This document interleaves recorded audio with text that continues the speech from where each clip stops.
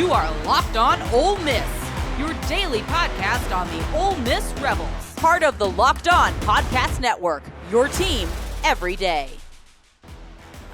Do us a favor, like, subscribe, and comment on the video. Subscribe to the podcast on whichever audio podcatcher you're listening to and give it a 5-star review. It costs absolutely nothing, but helps keep all of this for free.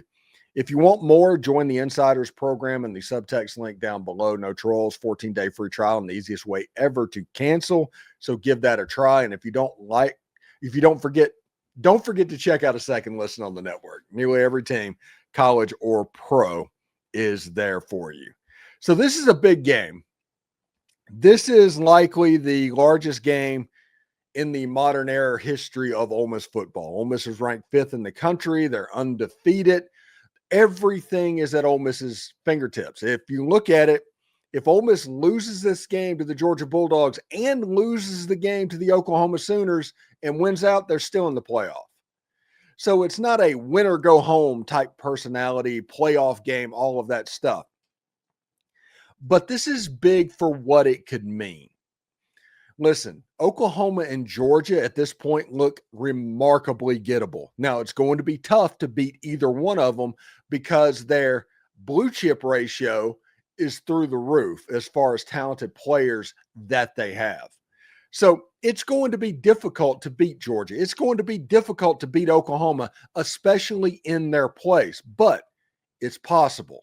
It's real. That's the reason the line right now for this week is at 6.5 points. This is not the Georgia team that Ole Miss saw in 2023 with Jackson Dart. This is a much more gettable version of the Georgia Bulldogs. Now, I'm not saying that Ole Miss is going to win the game. I'm saying they can win the game, and I'm going to tell you how they can win the game.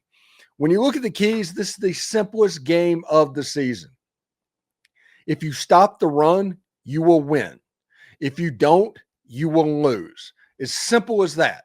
In this football game, that is the matchup you absolutely have to win. No explosives, no 2nd and 6, 3rd and 2, 1st and 10, 2nd and 6, 3rd and 2, 1st and 10.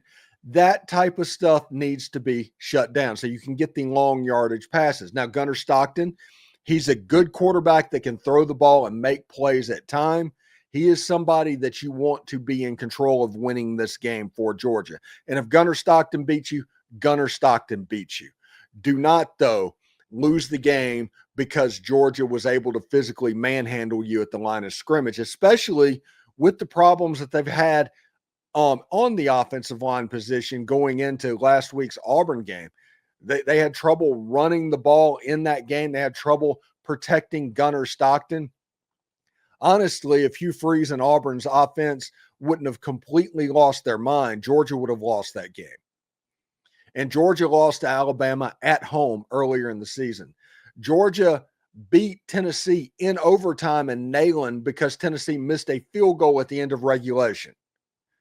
This Georgia team, as it sits right now, they are gettable. The next thing is Lane Kiffin's big game composure will be a major factor in this game. He cannot have any get your popcorn ready type moments. We need to see the Lane Kiffin that coached against the Georgia Bulldogs a year ago, willing to take 0 chances, play the field position game. 3 points is good enough.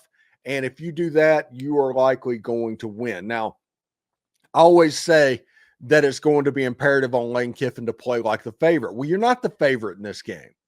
So there is a little bit more margin for error. But if you have a chance to take points, unless you can't stop the Georgia offense. If that happens and you get into a touchdown back and forth type of game, then maybe you go for it more often. Listen, this is the only game. This is the only game where you're going to get the ability to play the underdog card this season, likely. Play that way. Play with an intensity of an underdog, of nobody believing you can do it. Because the reality of this Ole Miss football team, this is the number 5 team in America right now. This is a team that's going to be favored in 11 of 12 of its games this season. Not much by Oklahoma, but they're going to be favored likely in that game. You're number 5.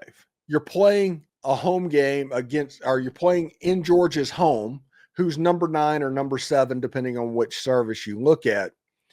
They are going to this game feeling like they are the favorite because they are the favorite. Play like an underdog. It is not very often that the number 5 team in the country with that kind of stuff going on gets to play an us versus the world mentality.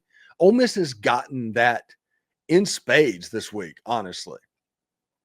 People are mad because game day is going to cover this because Ole Miss barely beat Washington State when you could be going to the Holy War. It's happening. Look on X. You can see it. Ole Miss gets to play an us versus the world card against the Georgia Bulldogs, and that changes things. The us versus the world is probably the only effective coach speak metaphor that's in modern college football, the us versus the world mentality. When a player whoever feels like they are getting picked on, they tend to make plays. And them tending to make plays means they're going to, instead of a 2nd and 6, it might be a 2nd and 8. And if it's 2nd and 8, all of a sudden Pete Golding can work, because the way the Georgia pass game works, it's not so much downfield. It's all close to the line of scrimmage. A lot of bubbles to Zachariah Branch. This game, you can get it played in a phone booth if you win at the line of scrimmage and stop the run game. If they can get the play action going, they can stretch the field a little bit. But Pete Golding, believe it or not, even though Kirby is somebody that was at Alabama and kind of started all of this, you have a situation where Pete Golding can do the Nick Saban thing where you can kind of boa constrict them and get closer and closer to the line of scrimmage. But it all depends on whether or not Georgia can run the football. If they can't, Georgia's going to get beat, period. Listen, our final segment, we're locked in on what we want to watch when the Ole Miss Rebels face the Georgia Bulldogs, because this isn't just another matchup. It's arguably the biggest game in modern Ole Miss history. We'll talk about how Lane Kiffin's offense handles Georgia's relentless front 7, how Trinidad Chambliss and Austin Simmons, I guess, manages the moment, whether Pete Golding's defense can create enough havoc to tilt the field.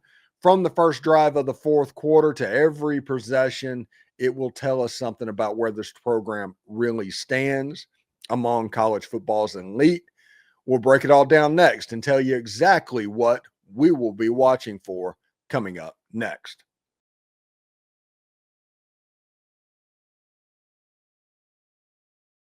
Thank you for making Locked On Ole Miss your go-to source for Ole Miss sports. We pride ourselves on offering the most comprehensive perspectives, which is why we're the front door of Ole Miss. Do not forget to subscribe, like, and comment. It helps the show, and it's absolutely free. Your support means the world to us. Hey, we got Gary Patterson as a surprise guest that has come on and talk about the Ole Miss Georgia game. We have Jake Crane on tomorrow's show. We have John 4K, which is up on the site right now to see. Bill Flowers is going to be there. We're going to do a live stream tonight with Todd Wade. We are blowing this week out, and we are going to treat it like it is the biggest game in the modern history of Ole Miss football, and so many great perspectives are coming in. In another big moment for Locked On, college football fans, Locked On and Fire TV are presenting College Football Kickoff.